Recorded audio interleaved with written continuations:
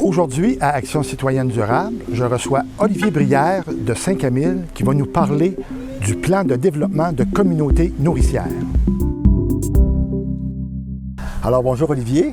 Bonjour. Alors, nous sommes ici pour parler d'un de vos projets majeurs à Saint-Camille, c'est-à-dire qu'on parle de plan de développement d'une communauté nourricière. Qu'est-ce que c'est que ce plan de développement de communauté nourricière? Bien, le plan de développement de la communauté nourricière, qu'on peut appeler PDCN aussi pour raccourcir un peu le titre pour la suite, mais dans le fond, le PDCN, ça se trouve être une vision que la communauté s'est dotée. C'est donné pour imaginer en fait une façon de produire davantage d'aliments localement puis d'encourager en fait la transformation puis la consommation locale d'aliments.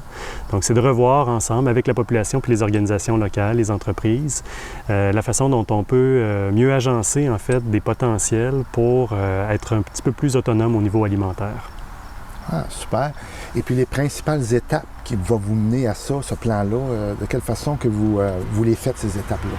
Bien, en fait, le projet s'est réalisé beaucoup dans la dernière année, c'est-à-dire qu'on a consulté à différentes occasions puis par différents moyens les organisations, les entreprises, les citoyens à travers différents exercices, consultations citoyennes, ateliers de travail, réalisation d'un diagnostic, puis les différents documents produits là, qui rendent compte en fait de ces discussions-là nous ont permis de pouvoir élaborer une vision de développement pour les 8 prochaines années. Donc, c'est une planification qui commence maintenant.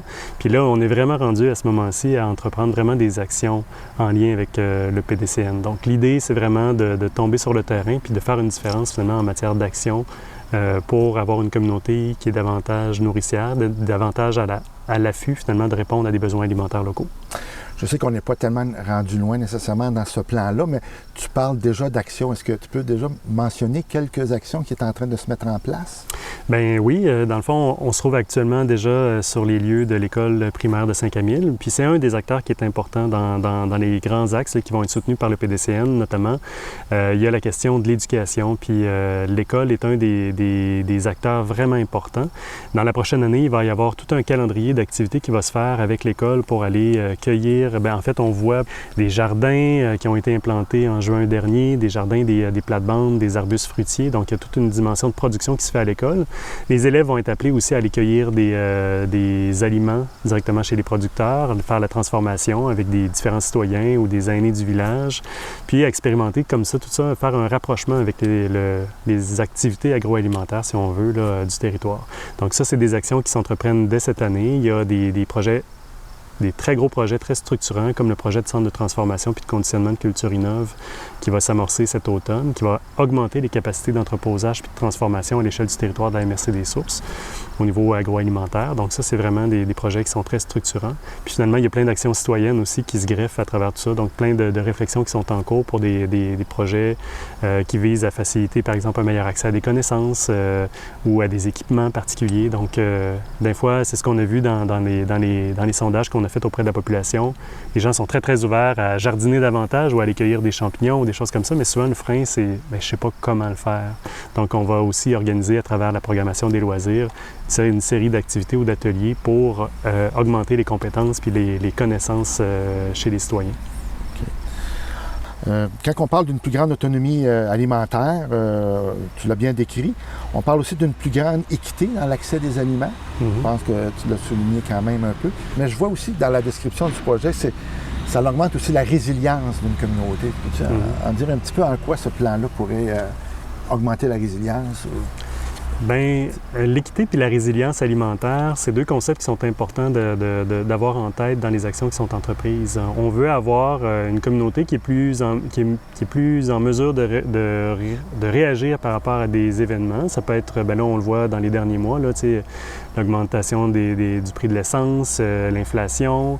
On n'est pas à l'abri finalement des soubresauts de l'économie mondiale. Donc, d'avoir un territoire qui est en mesure de produire des aliments pour sa population, je pense que c'est important dans l'avenir. Mais aussi d'avoir des mécanismes qui permettent à tous d'avoir accès à ces aliments-là, des aliments sains produits localement. Puis ça peut passer à travers des actions qui sont simples. Par exemple, avec un groupe de citoyens, on explore actuellement la possibilité de pouvoir réaliser un caveau à légumes communautaire. Donc, de pouvoir avoir accès par exemple, pour des personnes qui ont peut-être un peu moins de revenus, de pouvoir avoir accès aux légumes à l'automne, par exemple, où est-ce qu'ils sont les plus abondants et les moins chers, puis les entreposer pour l'hiver, ça peut être une façon aussi de réduire le coût d'accès aux aliments. Puis de ne pas créer une barrière entre ceux qui peuvent se payer, par exemple, des carottes produites localement, puis ceux qui ne peuvent pas se payer des carottes produites localement. Je donne des exemples comme ça, mais ça fait partie des réflexions qui sont là. Puis aussi, globalement, aussi de voir s'il peut y avoir un meilleur maillage avec des ressources qui sont les ressources en dépannage alimentaire, qui sont principalement à Val-des-Sources, mais qui peuvent être mieux desservies peut-être dans les villages aussi. Donc, ça fait partie des réflexions qu'on a. OK, parfait. Bien, je te remercie beaucoup pour cette entrevue. Puis, on va vous souhaiter bonne chance. Merci beaucoup de votre intérêt pour le plan, puis on se tient au courant pour la suite des choses. Parfait. Bien, merci beaucoup.